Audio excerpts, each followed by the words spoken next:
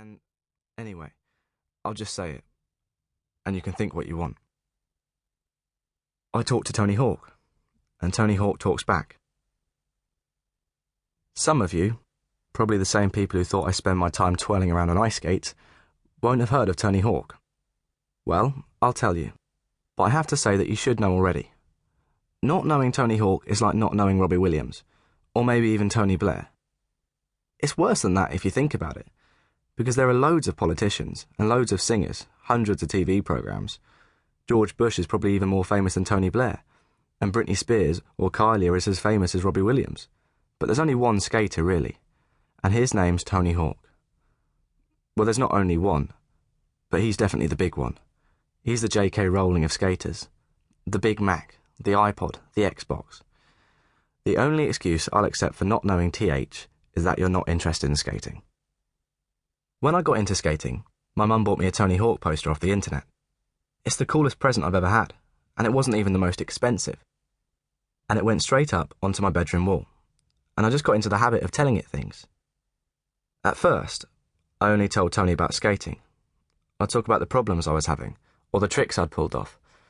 I pretty much ran into my room to tell him about the first rock and roll I managed, because I knew it would mean much more to a picture of Tony Hawk than it would to a real-life mum.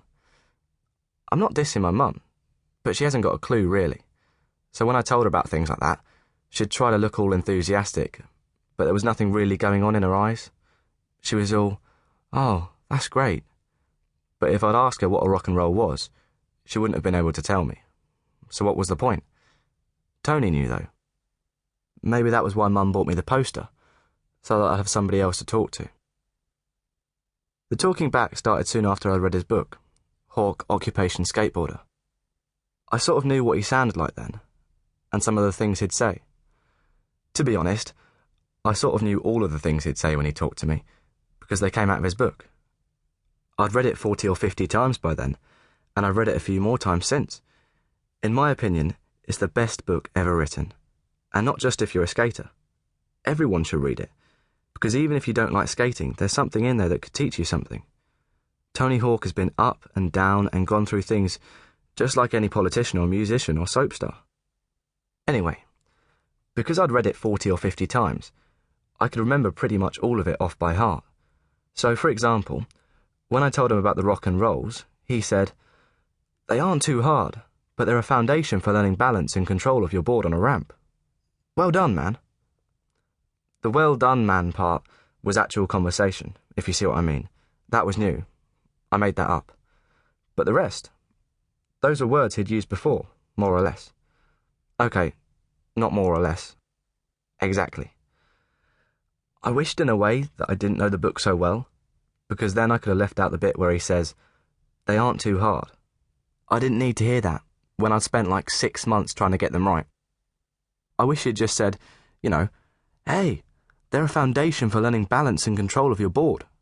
But leaving out, "They aren't too hard," wouldn't have been honest. When you think of Tony Hawk talking about rock and rolls, you hear him say, "They aren't too hard." I do anyway. That's just how it is. You can't rewrite history, or leave bits of it out just because it suits you. After a while, I started talking to Tony Hawk about other things too. About school, Mum, Alicia, whatever. And I found that he had something to say about those things too.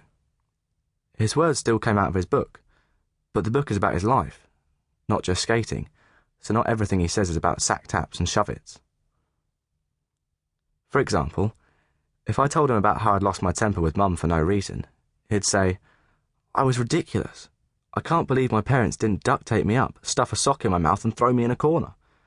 And when I told him about some big fight at school, he said, "I didn't get into any trouble because I was happy with Cindy." Cindy was his girlfriend at the time. Not everything Tony Hawk said was that helpful, to tell you the truth, but it wasn't his fault. If there was nothing in the book that was exactly right, then I had to make some of the sentences fit as best I could. And the amazing thing was that once you made them fit, then they always made sense if you thought about what he said hard enough. From now on, by the way, Tony Hawk is TH, which is what I call him. Most people call him the Birdman, what with him being a hawk and everything, but that sounds a bit American to me. And also, people around my way are like sheep, and they think that Thierry...